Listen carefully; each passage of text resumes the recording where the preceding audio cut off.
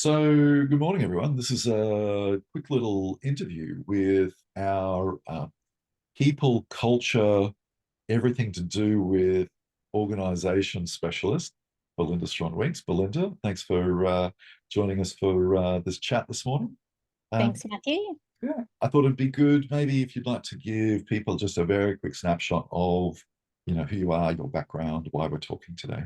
Yeah, thanks, Matthew.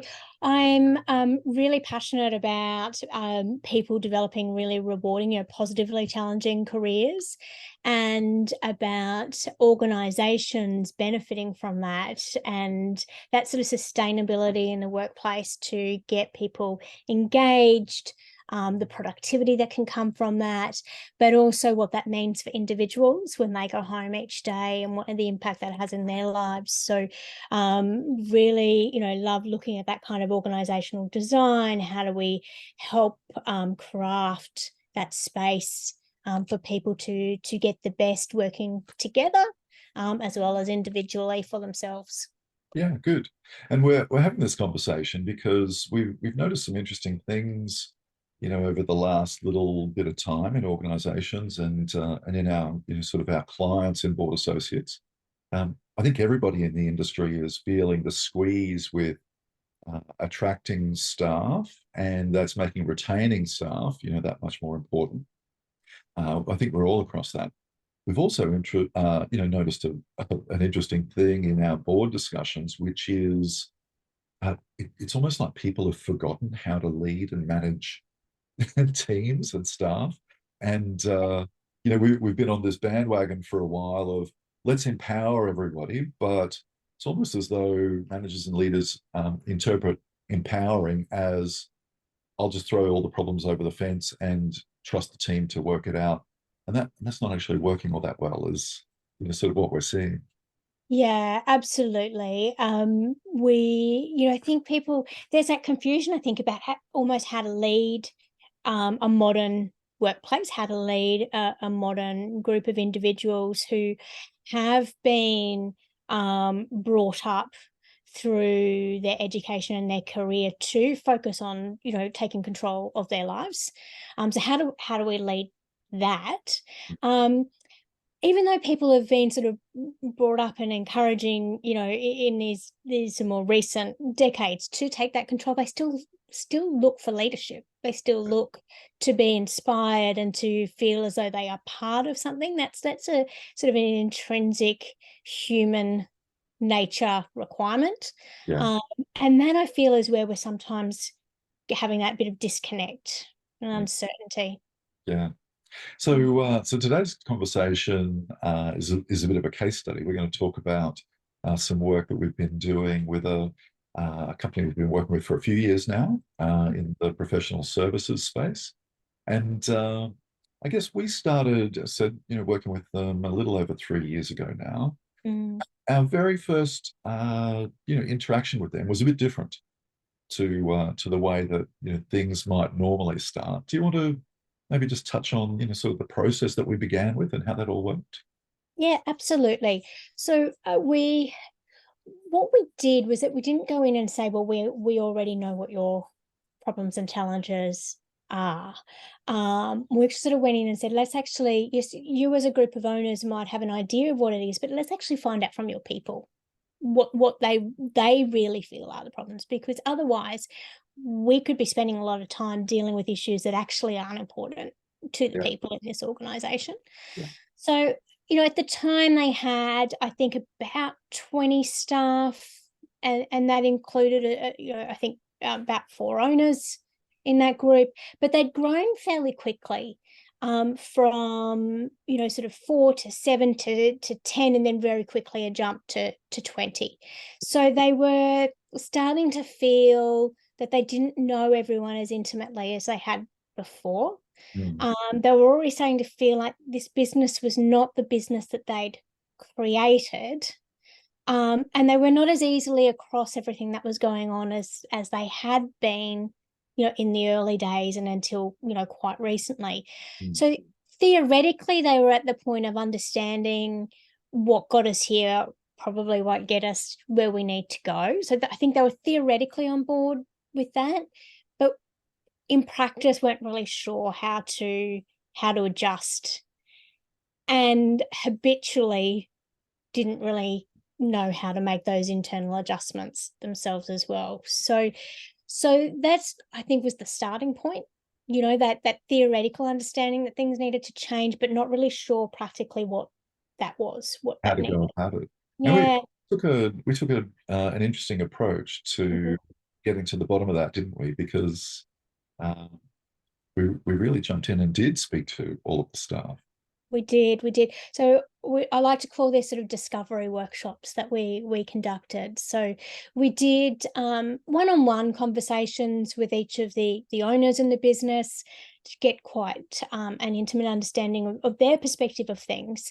But then we very consciously parked that Yeah. and did small group interviews with the staff. So, five, about five, I think we had one with six in it, small group interviews, getting a few different people together with a range of sort of freely crafted questions, really, some guiding questions just to get the conversations going, but with a lot of consciousness around letting the conversations guide our questions as well. So, very much listening in to the feeling in the room to guide us on what some of those questions were. So I would call it like a semi-structured kind of interview where we had some leading questions to get it going, a few key things we knew we really wanted to dig into, but left a lot of space, Yeah. to uncover what we don't know, and going into it with a lot of curiosity Yeah. around what are the people in this business feeling, and no presumptions, no assumptions around what was coming out.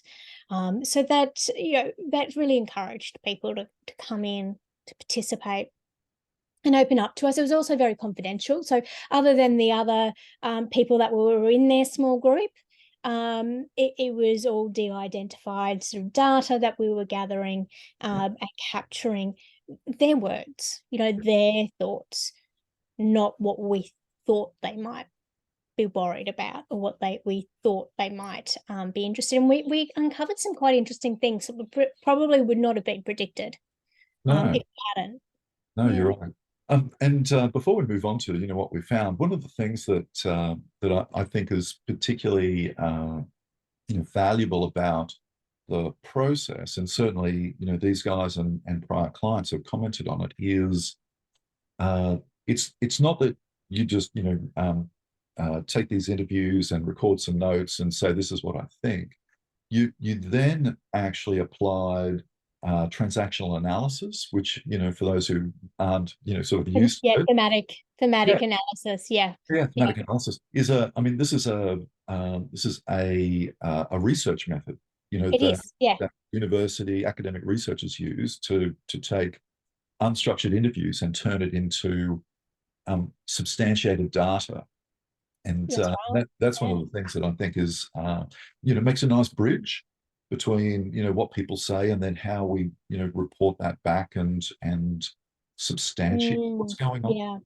Yeah, Matthew. So I ran a thematic template analysis on the qualitative data that we gathered, and we were really looking for key themes that were coming through. And because we'd held multiple workshops, we were looking for things that regularly came up rather than just relying on the loudest voice. Yeah, yeah, Right.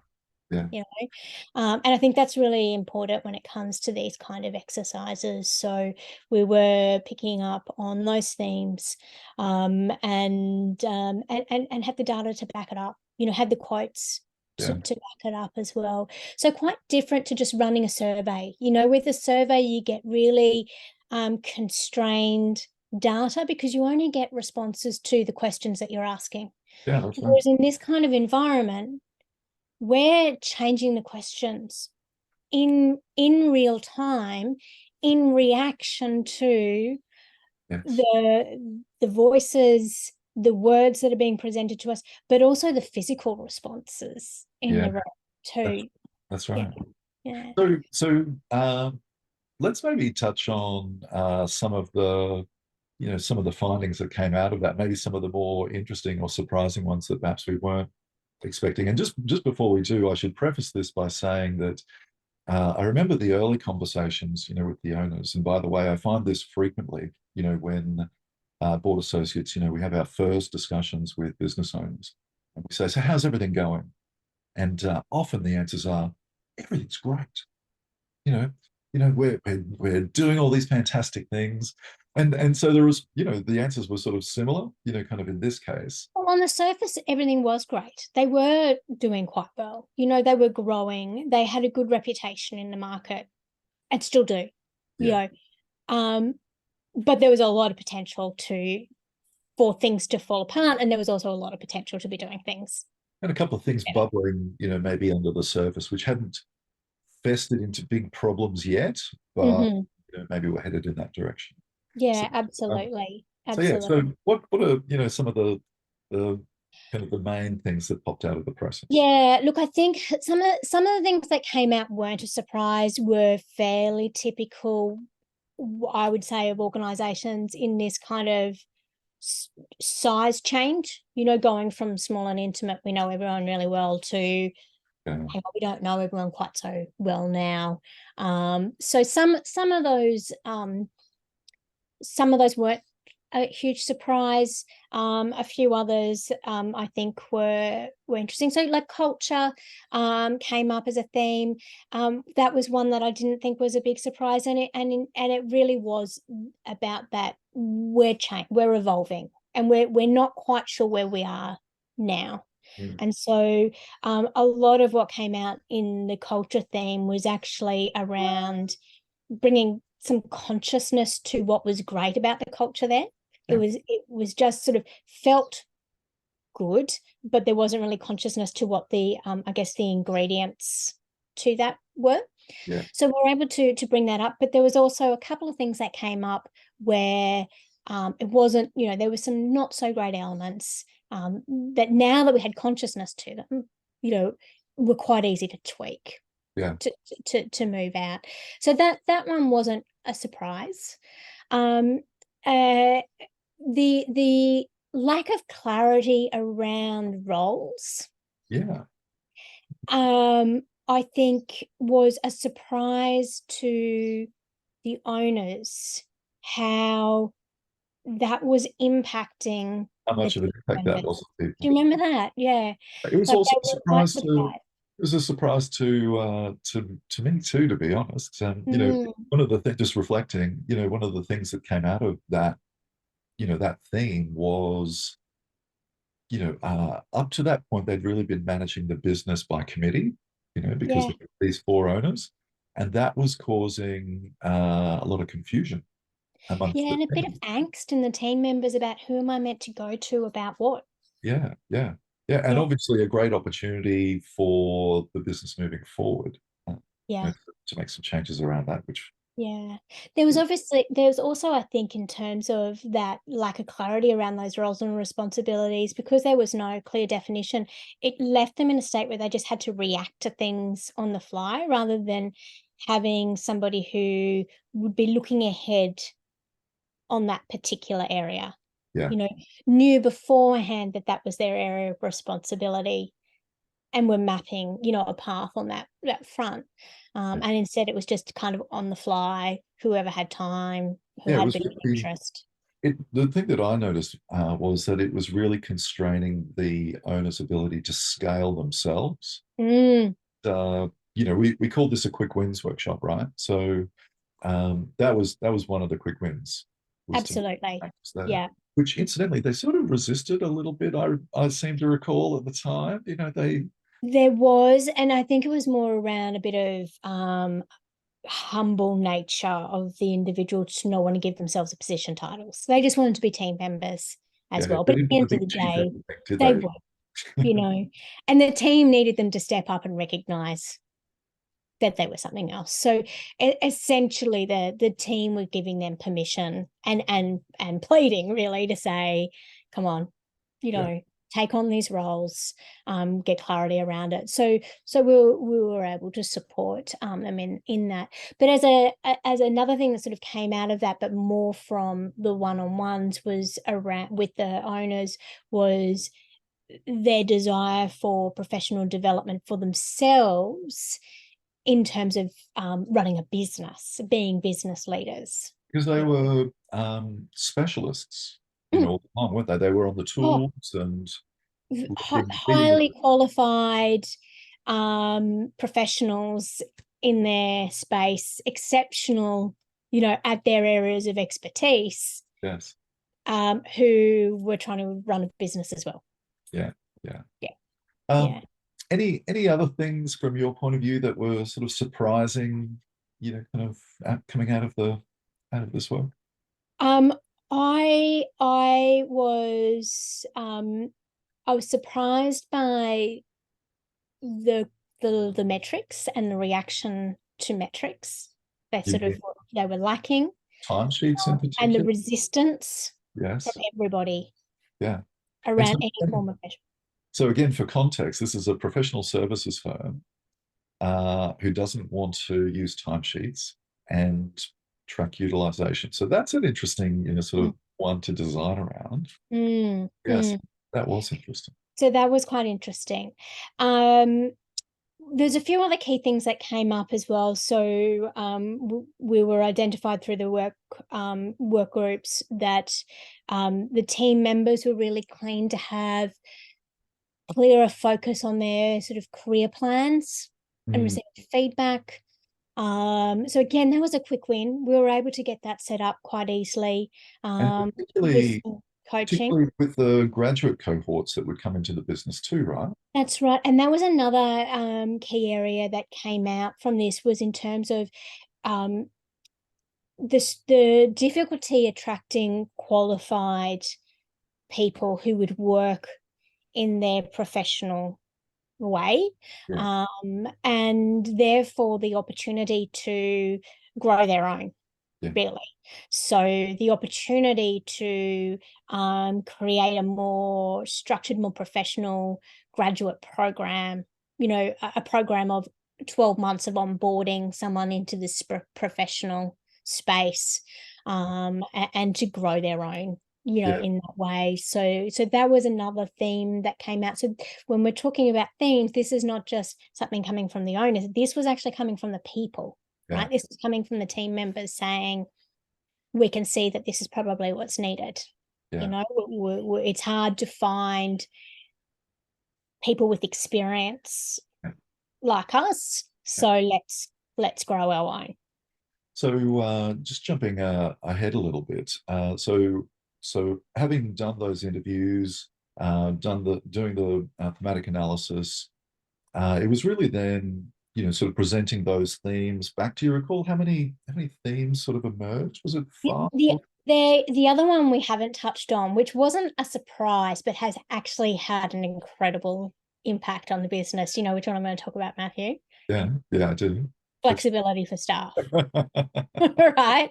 So it wasn't a surprise to me. I mean, this was a hot topic you know, in our world, yes, um, at the time, particularly, and it will continue to be. But the the organization at the time was very proud that it had a flexibility policy for parents, but pretty much the only parents in the business were the owners. So there was a real disconnect yeah. between the team members The, and the owners, and a number of those team members probably starting to move to, in the near future, that stage of their life as well. So wondering whether it would actually apply to them, seeing as it had only really applied to the leaders by default of them only being the only ones with yeah. children. On that same theme, the other interesting conflict around this flexibility notion for me was, on one hand, we've got, kind of the language from the leaders saying, we're all one team, we all love one another, we're understanding, all of that sort We're of. all We're professionals. yeah, we're accommodating, we Yeah, trust people. But that's on right. the I other hand, trust the expertise of all the people in my team. but in terms of actual behaviors day to day, do not arrive 3 minutes late for work. Do not take a long lunch hour. Make sure you are here until 5:01 on a Friday afternoon. Like Regardless of whether you're busy or not.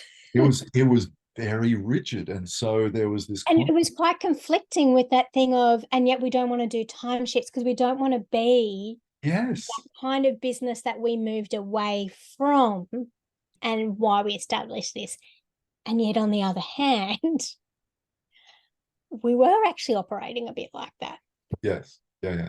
We should maybe just a little spoiler. We should say that that situation, kind of fortunately has been resolved, and actually, And they found a it's really become a nice. real strength.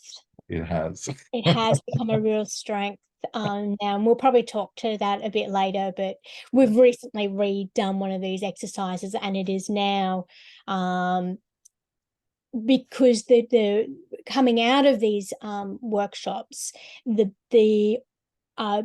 business, the owners took very seriously the feedback that Yeah, we provided them. They really did, and they really went to work on looking at working groups, taking responsibility for these things, and actioning yeah, these items, right? And some of these things we were able to tweak quite quickly. Others took 6, maybe 12 months, but were kicked off, yeah, pretty soon. So the impact for staff for that, I think, was twofold. One was they were getting the benefits of the responses, but the second, and I think even more powerful, was that they saw in action that their voices were heard. yeah, yeah, exactly, Yeah, exactly. And that, if we touch on maybe, sort of the process that we, kind of got the team embarked on. It was really sort of sort of a ground up, approach. And yeah, uh, I remember this was, sort of a technique that, or a structure that I observed in, a multinational that, I was involved with earlier in my career, where, every year on the back of their staff surveys, there would be, these areas that they wanted to focus on. But then they would go out to the employees and they'd say, here's a leadership or a development opportunity. Who would like to join this group working on this topic? And I'm a big fan of people being a participant in their own rescue. And yes, and this is the approach that, we got this particular absolutely. company on, wasn't it? Where they had, an exec sponsor, but it was really across multiple levels and across different parts of the Yeah. organization, so cross-functional teams in the truest sense. And they came up with, recommendations to put back to the business, and they really led the change. Ownership, Yeah, absolutely. yeah, Yeah, they really did kick off some real working groups. So they kicked off a working group with an executive sponsor, as you mentioned, around those regular sort of performance reviews and professional development cycle conversations. They kicked another one off around that onboarding and the graduate program, so the sort of professionalization of the graduate program. They put a task group together around that flexible working yes, policy and yeah, arrangement. exactly. So we weren't making any assumptions about what people we wanted. We were actually getting it from them, you Yeah. know. Um, and so that And really also, got buy-in and made it work for them. and I think the nice balance was also we weren't guaranteeing to make, sort of any particular changes. So this wasn't just a, take the flexible working one. This wasn't just a, okay, tell us what you want and we'll just give it to you. Mm, Was all, and this is why we had an exec sponsor in there to, moderate, okay, well, yeah, let's be realistic. This has to work for the business and so forth. And then the group put forward a recommendation, but the owners still had the ability to, you know, participate and approve and sanitize. yeah. So yeah, so it wasn't a, sort of a free-for-all by any chance. No. And that specific example, actually all the example came up with some great and practical resolutions for them. But that flexible working one has ended up being something that is the shining light, Yeah, really, yeah, in their organization, and a really solid foundation for them to work off in the future, where it really is yeah. accessible to all. So if I, just do a sort of a quick in progress summary, I think, reflecting on our conversation, the this for me, there's three things that have really made this quick wins, sort of workshop process, really powerful.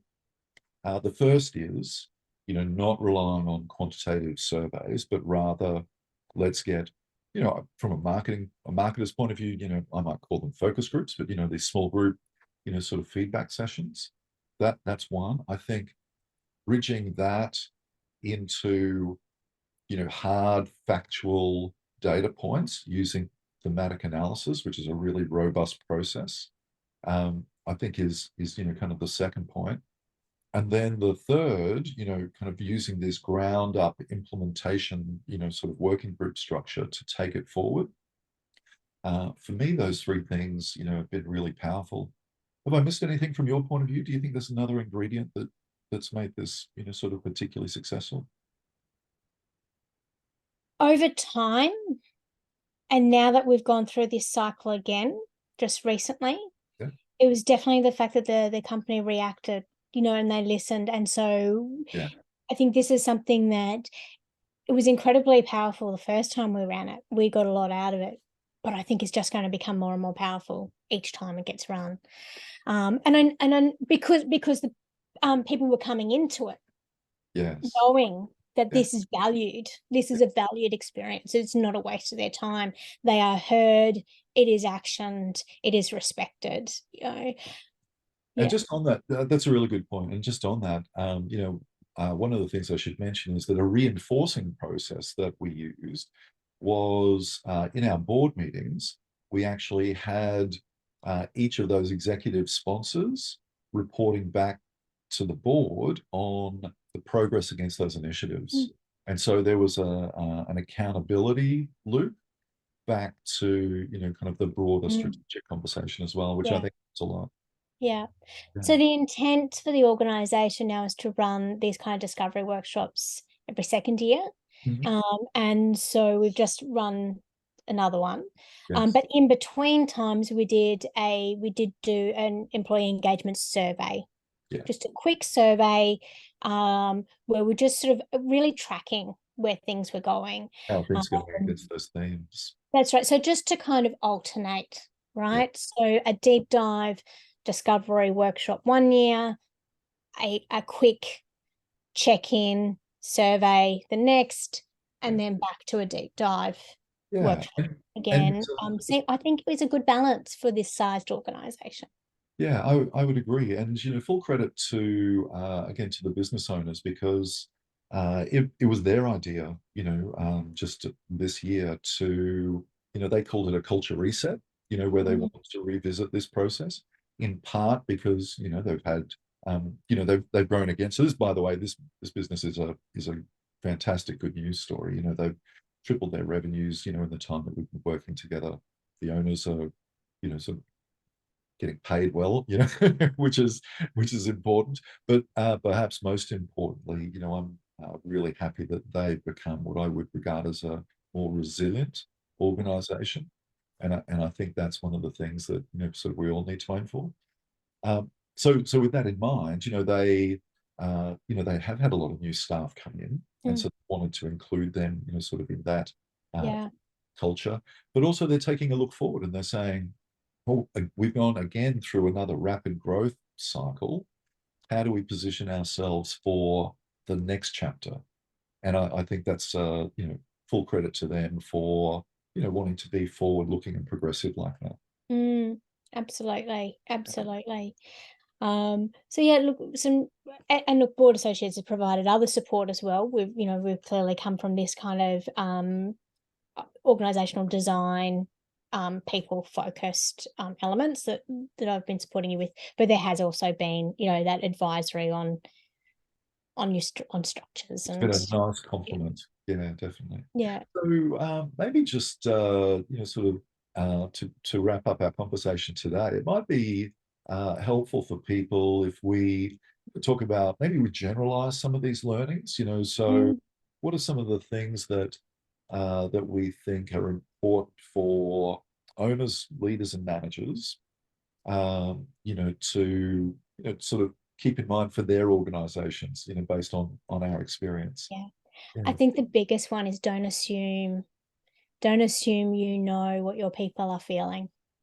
Even if you have regular conversations with them yourselves, Yeah. don't assume that you know, and don't assume that they don't have the answers and you are the ones that have to come up with all the answers. Because what we proved from that experience was that the team members actually knew what the problems were for them, Yeah. and they had some really great ideas around the solutions. And that was just embedded again in the most recent cycle of doing this. Yeah. These discovery workshops, where literally by getting groups of people together, they were uncovering what the challenges were together, and in real time Yeah. to solve some of those issues Yeah. Even within those between discovery groups, which was just beautiful. Like it was one of those moments where I was like, it's all coming together. You know, there's that mindset around we're empowered and we can do things and our voice is trusted and heard was yes. really starting to play out. Yeah. Yeah. The other one that is interesting for me, and again, this is sort of linking our conversations with one of the board conversations. We've been on this topic of how do we retain, like our key staff, how do we kind of keep them close for the long term? Like a lot of organizations, we're talking about, employee share option schemes and, kind of things like that. And one of the board members made a really good point, which I think is pertinent to today's conversation. He said, maybe before we think about how do we financially attach people to the organization, let's make sure that we've got them emotionally attached to the organization.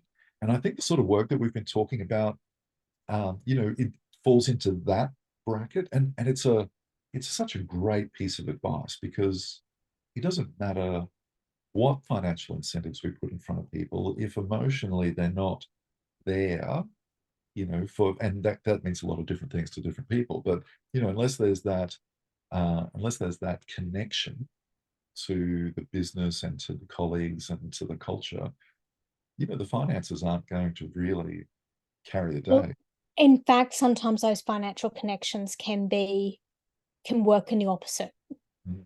You know, can become a source of frustration, actually, in the times when the business is not performing.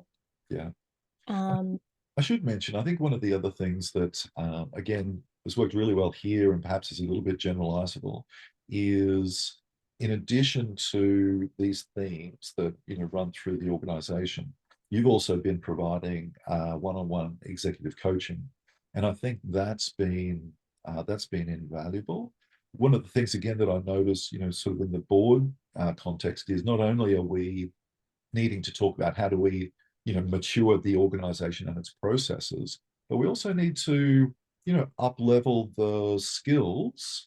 And these are, technical skills and soft skills of mm, the leadership team. And mm, right at the outset, you made the point that this was always a good business, but it was going through, a step change, in the maturity, sort of curve. And it needed to make that step into, okay, well, how do we be slightly more professional, slightly more structured, slightly more uh, predictable mm, and professional in other ways. So yeah. Any mm. other sort of tips for kind of for people who might be watching this? Yeah, I think, and it might be a topic for another day, Matthew, but it did end up becoming a little bit of a challenge for this team at one point, which was around that subjective view of success, and not assuming that your definition of what success looks like is shared intimately with the other people that you're working alongside. And so we really worked with them at a particular point to uncover that and bring clarity, Yeah. to what success actually meant. And well, we're not talking here about figures on a piece of paper. Yeah. It was what does my life look like Yes. when we're successful? How does that feel? And so that I think was really important Mm. in creating a harmonious team that were working towards an agreed and very clear definition of success. Yes.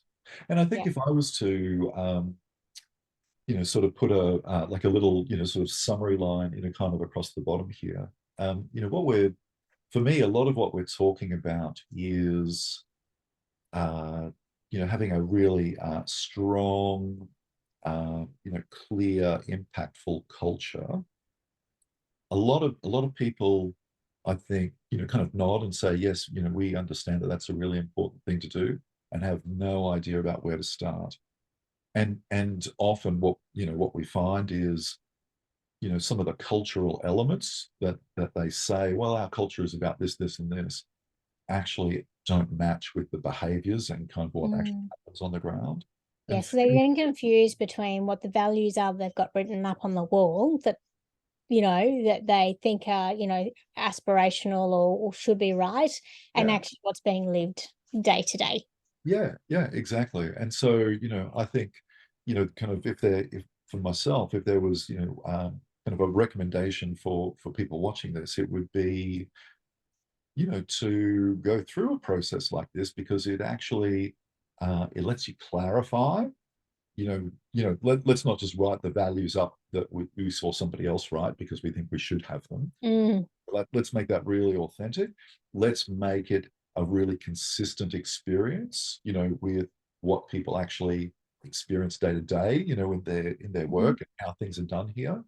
Because when that becomes, congruent and explicit, then I find, that just sort of has its own momentum, you know. Absolutely. Yeah, Yeah, yeah. Clarity around these things is incredibly powerful yeah, to ensure we're on the same page. yeah. Yeah. Well, Belinda, let's leave the conversation there. We sure we could take it, kind of in a lot of different directions. Really enjoyed, kind of this morning's conversation. Thanks for making the time. Thanks, And Matthew. of course, if, for the people who are watching this, if some of these challenges, resonate with you, if you're finding that maybe you're focusing a little too much on just the transactional bits of hiring people or disciplining people, and instead, really want to, I guess, unlock or look inside the black box and work out what's going on with your people, and how do we really ignite that team culture. That's what we've been talking about. This quick wins process is a very easy, relatively quick way to kick off the journey. And of course, Belinda and I'd be happy to talk to you about it. So Absolutely. yeah, thanks very much. Thank you.